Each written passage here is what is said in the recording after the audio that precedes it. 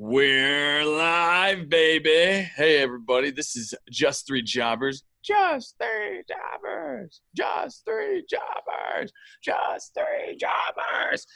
And we are back for the NXT review, part of the Wednesday Night Wars. We've got to update that intro.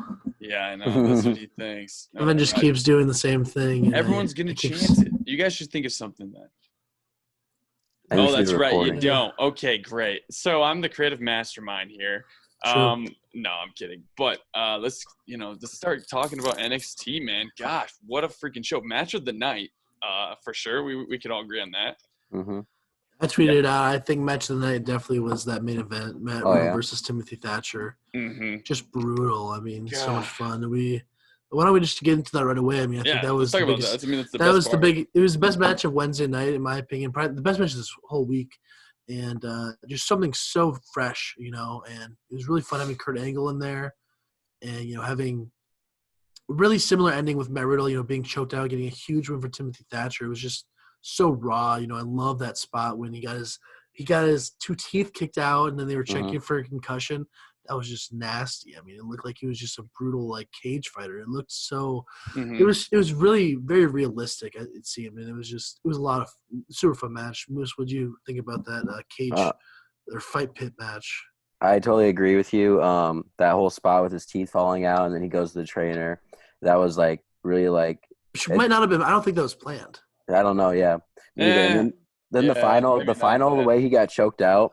It was like his buck. That was an amazing chokehold by Timothy Thatcher. It almost looked real. You could tell his chin was underneath his arm and his arm was flexing. It looked almost like a real chokehold.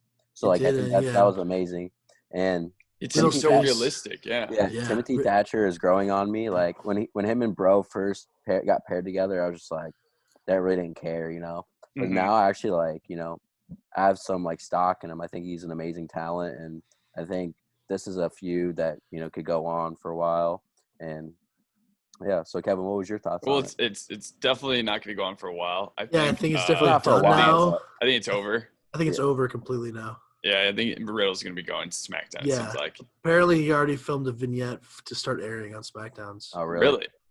And he's supposed to feud with Corbin. I've read also. Possibly, I didn't read that necessarily in the report, but I read that they filmed the vignette yesterday or today that could start airing as soon as tomorrow. Oh man, that's gonna be the only thing that Vince gets his hands on. It's gonna be a stupid, corny, bruh. Yeah, I mean, if they've SmackDown was good last week. Keep going. You're right. You're right. That is very. Look at Raw this week. Yes. Yeah. Raw was really great. I think Vince is letting them be themselves more. So I think Triple H is getting his voice in. Paul Heyman is. So let's hope for. I think Riddle could do great on SmackDown. And I hate that I said that just because you're right. I mean, it's just I think Riddle has the it factors, and my biggest thing is that maybe he's got some enemies backstage. I don't know how big backstage politics is going to work with everything. I just want to make sure he can succeed because he is somebody who can appeal to the masses and appeal to everybody. He just got that likability factor to him. He's the bro. Exactly, and he's just oh man, I really do hope that I hope Vince gets him, but. Also, his NXT run was memorable. I think I've seen how many matches? Probably one match. We saw one match live. You saw him against Finn live, which was awesome. His debut was just great. I thought. He brought a lot of good prestige to the tag team titles, and in that tournament as well. And him and Pete Dunne is just he brought somebody like Pete Dunne who I always was kind of nervous that he could do much more than. WWE or NXT UK just because NXT UK is even more wrestle heavy than NXT. That's true. So it's just he's the kind of guy who even brought the humor out of Pete Dunne. There's so much you could do with it. You're right. I'm gonna be very positive about it. I'm gonna hopefully hope for the best with it. And I know who I really want to see him feud with in the later months of him on SmackDown is AJ Styles. I think they could have an amazing matches. Oh my God. Definitely. I also think the money match would be him versus Goldberg. I mean, he's been doing the jackhammer for almost a year now. I mean, maybe a little less than a year, but that's there. I mean, Goldberg just lost the Universal title. And dude, he's not just a phony bro. I hope he doesn't do the I don't know. It's just because he's somebody who when he's wrestling, he seems like the most serious. Like he's legit looking wrestler out there. He doesn't like act like former UFC fighter. I mean, he gets into a new mode. Completely. Yeah. So, really good match. Also, dude, that cage was sick. What'd you guys think of that design? It was really awesome. Cool. I loved how they had like this, like the area where you can walk around up top, and then I think it's cool. I think it's cool they changed it like within like the week, because I remember watching Raw and it was like when they were promoting it, I'm pretty sure it just said cage fight, didn't it? And then they just did a fight pit when I think Kurt Angle got into it. They officially named it the fight pit. Yeah.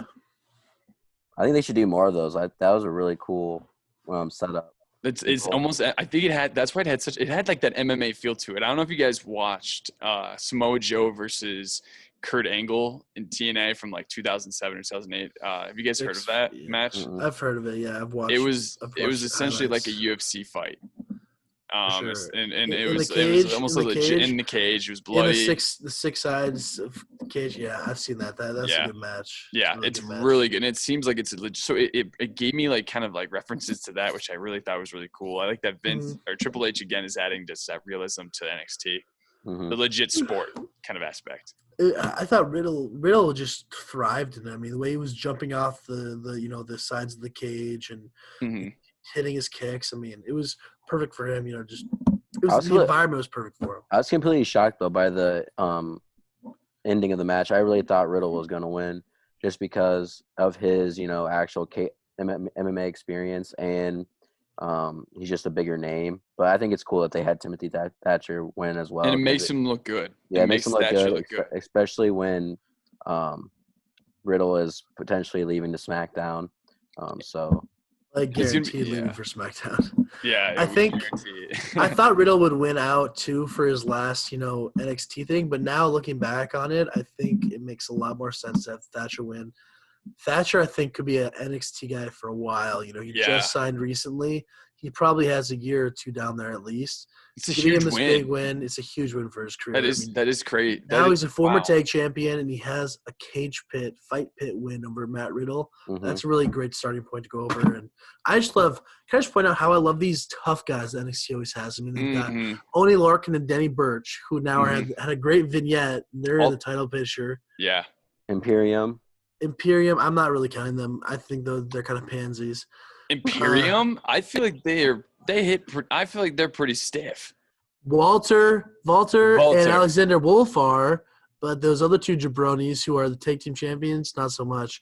I was more thinking of Pete Dunne, and I was more thinking of Thatcher. Those four of the guys is the raw, just like nasty hitters. But yeah, William Regal Walter types. obviously, but he's more NXT UK champion, so that's really the main difference. Yeah. But, I mean, I love that. That's kind of how they can differentiate themselves, is they have those different types of fighters, and they also have the classic, Adam Cole, Velveteen Dream, Finn Balor, Ciampa, and Gargano. Those smaller, just absolute like wrestling fighters. That they've got different types of wrestlers all around. Maybe they lack bigger guys, but so does Adam Cole lose at In Your House? Because they made the stipulation last night that if he loses, Velveteen Dream will never get another title match as long as Adam Cole's champion. Way to just really jump into the question before we even cover the segment, Moose. Well, the segment was not really anything. We're not going in order right now, Max. Yeah. We just talked about the last match. I'm not saying that's my Everyone order, smile. but Everyone smile. I am smiling. I think Adam Cole's losing it In Your House. Yeah. I think Velveteen's time is there. It's been so long with that Adam Cole's at it. Seems like it's going to be a cinematic style match too. That's what Regal is kind of hinting at. Really? Next, he was like, "We'll find the perfect place for both your guys' like star shining, whatever." He said, yeah. It was like, we'll find the perfect environment for you guys to have this final epic showdown or something like that. So yeah, that's what they're looking at. No, I think it's going to be a great match. I'm excited to see what they can do there. Yeah. I mean, dude, Adam Cole and Velveteen Dream, those two are going to just pull off. I mean, hopefully the whole Velveteen issue is also done as well. I'm guessing it has to be. It seems like it came out that he was hacked, so. Yeah. It must have been like that or something. So it's been it's died down from what I've been seeing and hearing. So because again, he's the future. He's his stud. He's so young. So like that's one thing too. Is like he could win this, and then maybe Adam Cole wins it again from him, and then I don't know. It's because I don't see him leaving NXT anytime soon. I hope I hope Adam Cole isn't leaving NXT anytime soon as well. I mean, if he does, that means the whole Undisputed Era is leaving. Because I don't think that's what I was going to say. Is that confirmed though? Would they all leave together, you think? Or do you think there's a bunch of – definitely not confirmed. Yeah, it's not. But I don't know. If they do leave, I think they leave together. But it's such a weird time. Like, I guess they've been looking at Riddle going up to the main roster since before WrestleMania. Oh, okay. But it's a weird time with everything going on to have, main roster call-ups and stuff like that. It's hard to know anything and what their plan is. So I think we just wait to see. As a wrestling fan, I really don't like this main roster stuff because I think NXT is just as good as Raw and SmackDown, if not better at some point. So I think they need to stop saying main roster and all this stuff because NXT is basically a main roster. I mean, they might get paid less. I'm not sure about that, but in my eyes, they do get paid less. In my eyes, they're the main roster, just as good as the main. The only thing is they don't. I mean, it's different now, especially this is all going down in Orlando. But no, I think you're right. I think they're kind of making that point with Charlotte. Being NXT champion, showing up on all shows. I think you got a point there. It's just that probably won't be seen as the truth until NXT is a touring brand the same way Raw and SmackDown is, where it's moving to different locations every Wednesday night. That's really when I think they could be looked at as the same, because right now NXT wrestlers stay in Orlando all week, every week they live there. I mean, that's the main difference is they aren't touring and they aren't away from their families as much. Like all that, that's really what the difference is, why they get paid less. So until that changes, I think will be a little bit different. And it's still definitely, to me, it's still definitely the stepping stone. I mean, it's got to be considered the stepping stone, even though it's a third brand. It's a legitimate third brand. I mean, and I think what they were trying to do at like Survivor Series was when they won everything, it was essentially saying, yes, these guys are essentially going to like, because I feel like Vince isn't going to want to make it a third brand. It's always going to be that stepping stone. But it also, with them winning that match, it was like saying NXT is just as par though. Like I don't know. That's an interesting idea, and you could have an entire episode just theorizing that as well. I mean, yeah, exactly. It's such a big topic, so I think we should maybe slide into the cruiserweight title scene. Yeah. So that opened the show here. The triple threat: Jake Atlas, Drake Maverick, and Kushida. This is to decide the winner of Group A, I believe, to go fight El Hijo del Fantasma. I hope I pronounced that right. Next week, El Hijo, yes, the son of the Phantasma, I believe that's what it translates to. Yes, that is correct. So this is an exciting match here. Obviously the Drake Maverick storyline has been the really big thing going on in NXT because they announced his release, and I really like it because Drake Maverick is a guy who obviously we've talked about his past in TNA and how he can be such a great underdog, and they've played that to a T and done it perfectly so far. And having him get this win, the finish was beautiful with, having Ellis tap out on the other side of the body where the referee couldn't see it. I mean, it was just brilliantly set up for that finishing spot. I think at this point, it's probably too late. They've got to go all in and have Drake Maverick win the Cruiserweight title. And especially with the promo after when he said he was going to give him another match, and then Kushida's like, no, I want you to take it. And then Maverick's like, when I win, I'll give you the first shot. And they by the looks of it, they have insane chemistry together. So I think, they're going to have Maverick 100% win. Unless they just do a huge heel thing with Phantasma. That's the only thing. Yeah, dude, and that's tough because I don't think he's going to return. I literally think that, I think it's. You think Drake's losing and he's gone for good? And then it's going to be that heel thing, and, I do think it's going to be like that. It could be very true, and that's the thing. What a way to start, first off, a Cruiserweight Championship reign and a heel turn. And it would I think it would set him up for his next spot even better. Because I think it's just – I think it's honestly – that sets up his match with Kushida, which will be Kushida the face versus Phantasma the heel. And which would be, oh my gosh, that'll be so good. That's the money match. The money match is not Drake Maverick versus and I can also Kushida. see that too because like he's the underdog. He's been like he's been catching his breaks. For these past like month or whatever, and then when it comes down to the finals, the underdog. I think they're just paying him back. Loses his luck, yeah. They're paying him back for being a great talker. He was always any role that he was ever given. He hit a home run with it. So I think he was just like, we're gonna give you this because you know what, we want you to look good. People should remember Drake. Go on a high note, yeah. Yeah, exactly. I agree. I mean, and that's nice. Yeah. I think that'd be really nice, honestly, just because. Yeah, I think it was good for him to get this kind of a goodbye to WWE. It's more than a lot of the other wrestlers. I mean, any of the other wrestlers can say they got when they were released. Either way, I would be happy with the outcome. I would agree with you. Yeah, that's just me predicting.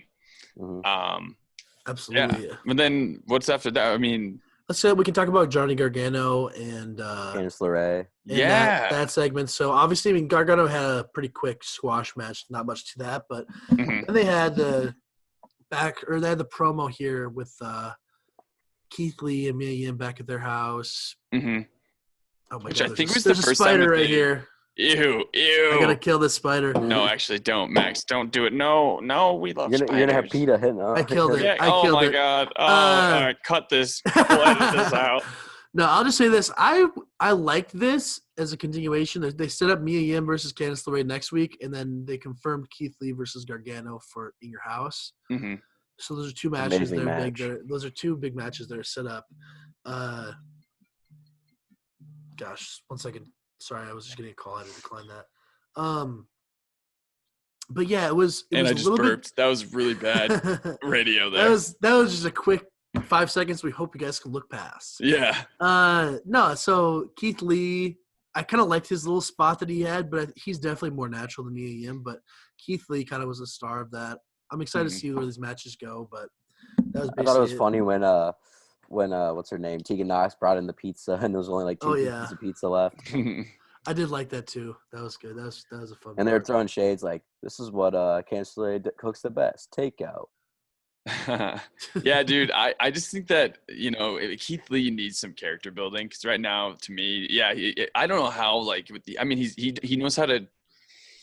He just naturally again is people are gonna like him. I think just his in-ring performance just like it speaks for itself. Yeah, literally. I don't think you really have to do much with his promos and anything. He's just a big dude that can fly around and kick ass pretty much. So. Yeah, I would agree with you, man. So yeah, it's good. It just is all just good for him. I'm glad they can do something. It's not just good wrestling.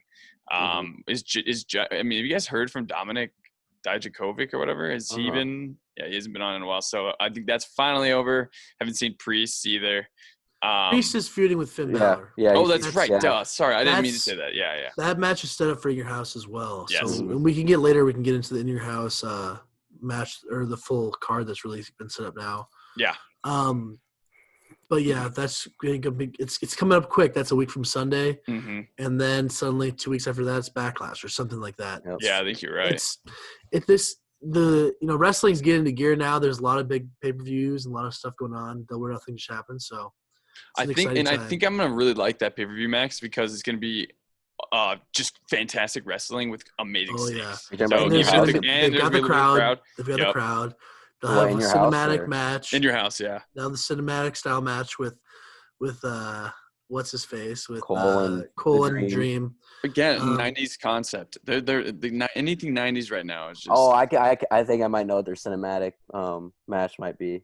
Like like the old In Your House pay-per-views. I could see them doing something along those lines, like going through all of the old sets and stuff. Okay, that'd be kind of sick. Maybe. You never know. Yeah, it's a good idea. Yeah. So really, the last stuff to mention is to get into the women's division, which is the best women's division in all of wrestling. Well, no, and then also we got Ciampa versus. We can talk about Ciampa real quick. What's kind of funny about that is they actually had the same squash opponent.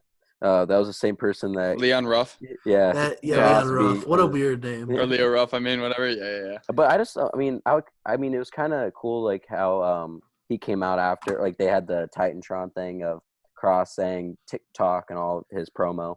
I don't know.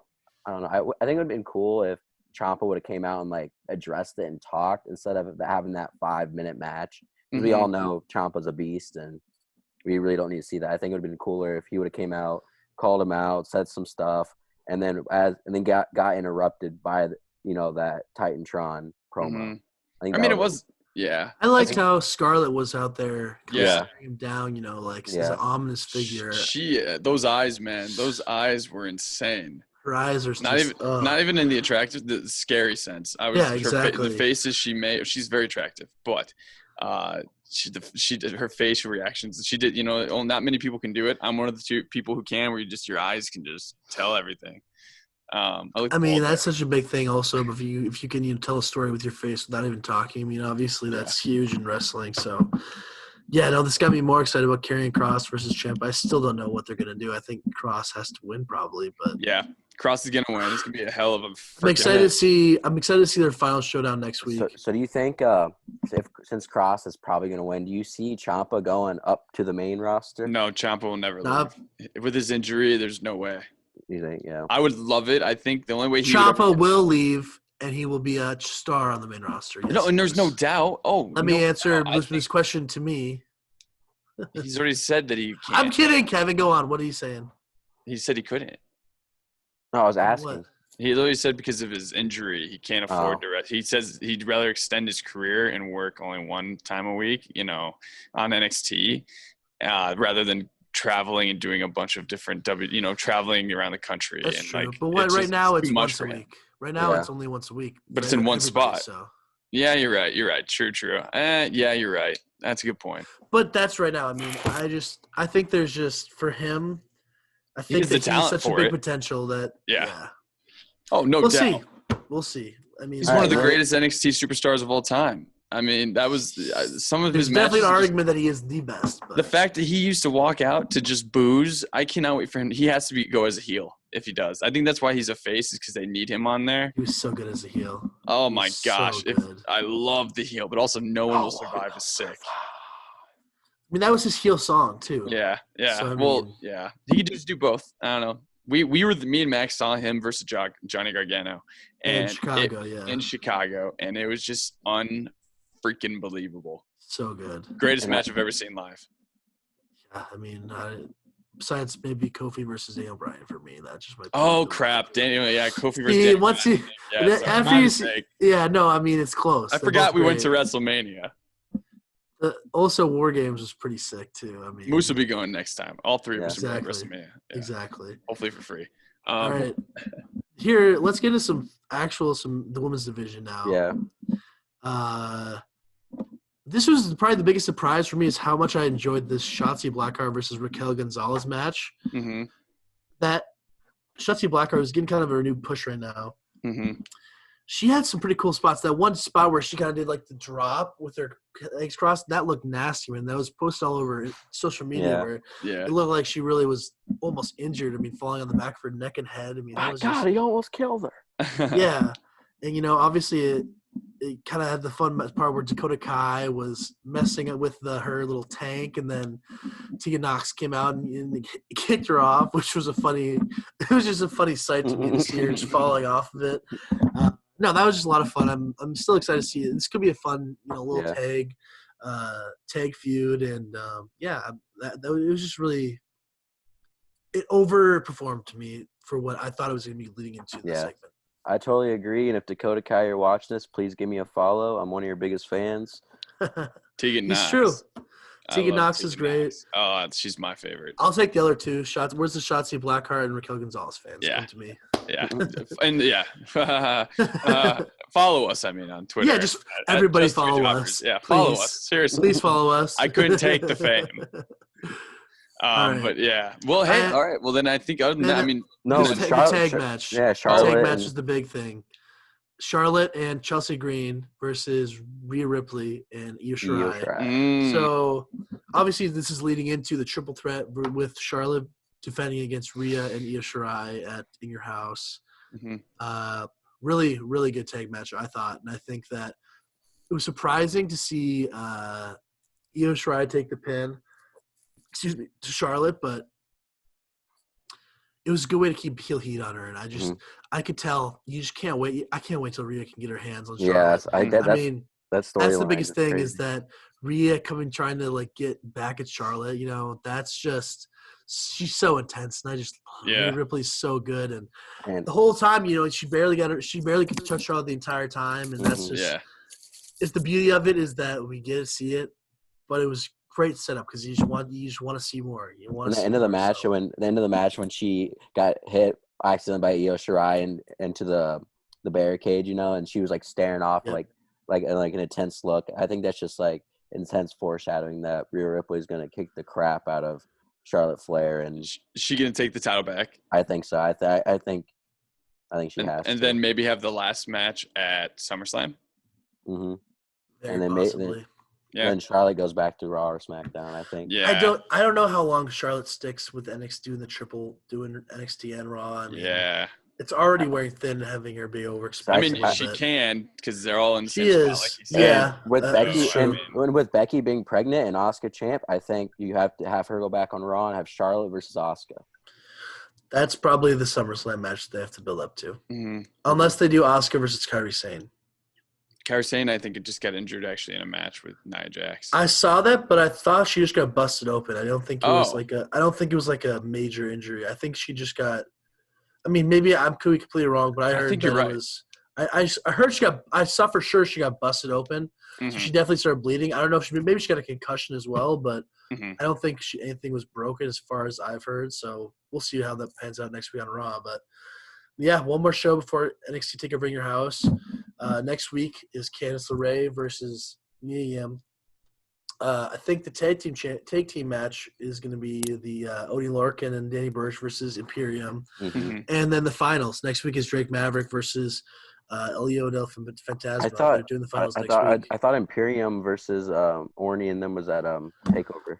Yeah, I thought that was what they were going to do too, but I thought that they were setting – I literally thought I just read that they had set up something for next week. But no, I know that I know for sure that the other two matches are next week, that they're doing the Cruiserweight Championship next week. So yeah, that is going to be – oh, my gosh, I'm excited about that. It's going to be a tearjerker. We'll see. Oh, yeah, it's going to be really, really interesting.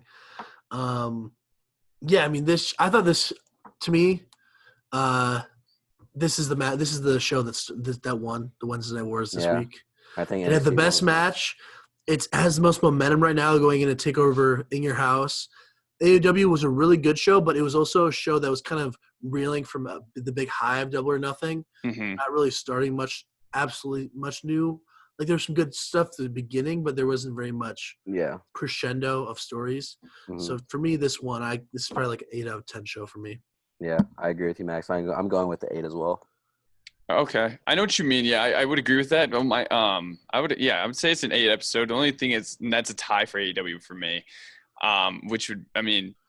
It's just I just think there are two different shows. NXT again is just putting out great wrestling and like you said, it's crescendoing storylines, whereas the other one is beginning. I mean, you saw Brian Cage debut.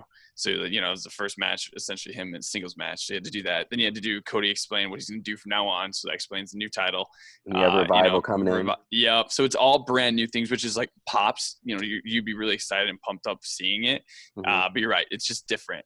So I would agree. I would say NXT, it was a better episode for me in just a sense. But again, I'd say AEW was more entertaining.